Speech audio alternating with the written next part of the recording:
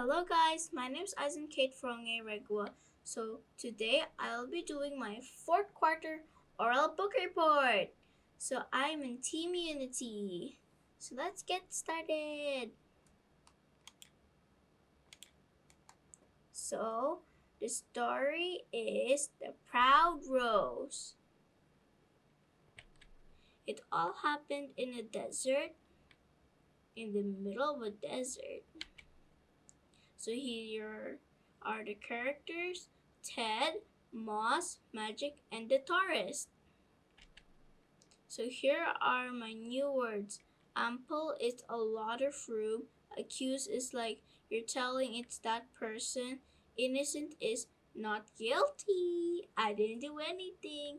Mischievous is very naughty. Taurus is a person who visits places for pleasure.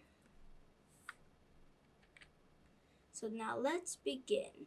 It all started when magic was blooming in the middle of a desert. And then two cactuses grew beside it. Their names were Ted, Moss, and so they decided to name her Magic. As she was growing up, she was very mischievous. She would pinch Moss and then put the blame on Ted. Very naughty. They would argue for hours but never accuse innocent little Magic. She would always giggle, hee hee hee. Grr. Oh, Moss is very angry. But they would always give her a shower and give her water. Moss would give her a shower, and Ted would give her water when she was thirsty. Now she's all grown up. I like the red petals. Surprisingly, she grew taller than Ted, but still shorter than Moss. Her roots went under the sand. Under the sand. That's. Her roots are so long. They would always give her water and nothing changed. After a few months, the desert finally got a visitor. It's a tourist. He was shocked to see a rose in the middle of a desert. So he went closer and examined it.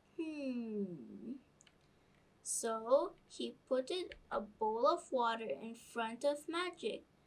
She was mesmerized in what she saw in the bowl, her reflection.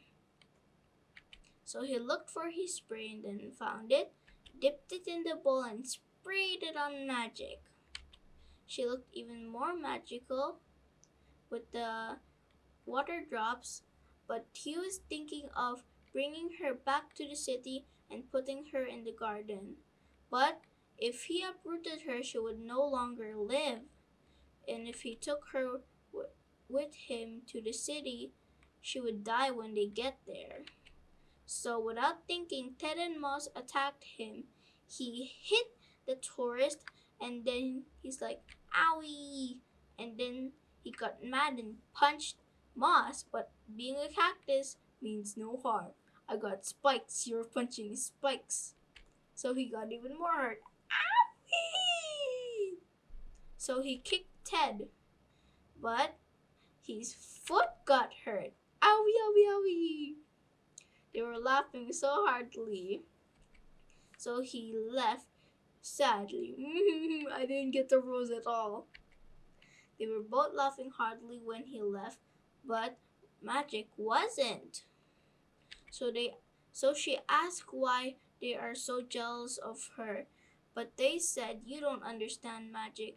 If he uplifted you, you would no longer live and die. But Magic was not listening. So she said, I don't need you two anymore. So Moss said, that's it, Ted.